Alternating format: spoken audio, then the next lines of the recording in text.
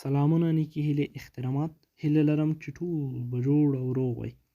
خوږو دوستانو، نن یو ځل بیا تاسو ته له یوې نوې ویډیو سره راغلی یم چې ډېره زبردسته ویډیو ده چې څه ډول موږ کولی شو هغه اپلیکیشنان چې په پلی سټور کې نه پیدا کېږي موږ یې پیدا کړو. یعنې مثلا زه پلی سټور ته راځم، پلی سټور کې خو هغه اپلیکیشنان چې نه پیدا کېږي، مثلا یو ښه مثال یې پیپال کېدای شي. یعنې پیپال چې کوم دی دلته افغانستان کې ډاونلوډېږي نه، حتی که پیدا شي نو دا اوس موږ څنګه ډاونلوډ کړو. همدغه شان نور اپلیکیشنونه. یو ورور یې غوښتنه کړې وه چې ماته ځینې اپلیکیشن نه ډاونلوډېږي، هغه سیر راسه راکړي، نو هغه اپلیکیشنونه به ته چېرته ډاونلوډ کړې. اوس هغه طریقه ښایم. لومړی به کروم ته راشئ. کروم کې ویډمیټ په نوم دغه براوزر به سرچ کړئ.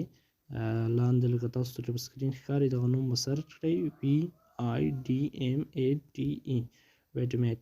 تاسو به څنګه وکړئ، دغه به را ډاونلوډ کړئ. کله مو چې دغه را ډاونلوډ کړ نو تاسو به دغه اپلیکیشن را خلاص کړئ. کله مو چې دغه اپلیکیشن را خلاص کړ دلته به تاسو سرچ ته راشئ. کله چې سرچ ته راغلی په سرچ کې به ورته ولیکئ چې پیپال یا هر اپلیکیشن چې تاسو غوښتلو همغه تاسو ورته ولیکئ.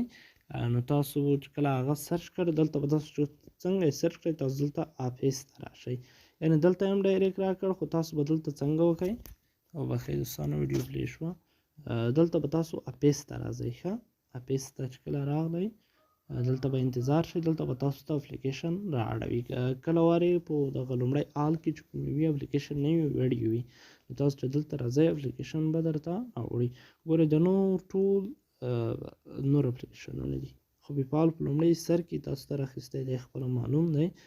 نو دوستانو همدغه شان نور اپلیکیشنونه، هر اپلیکیشن چې نه پیدا کېږي یا پیدا کېږي خو هلته چې کومه ده ډاونلوډ کېږي نه، نو هغه به راځئ په ویډمیټ کې به یې ډاونلوډوئ. ویډمیټ یې تر ټولو یو ښه ډاونلوډر دی.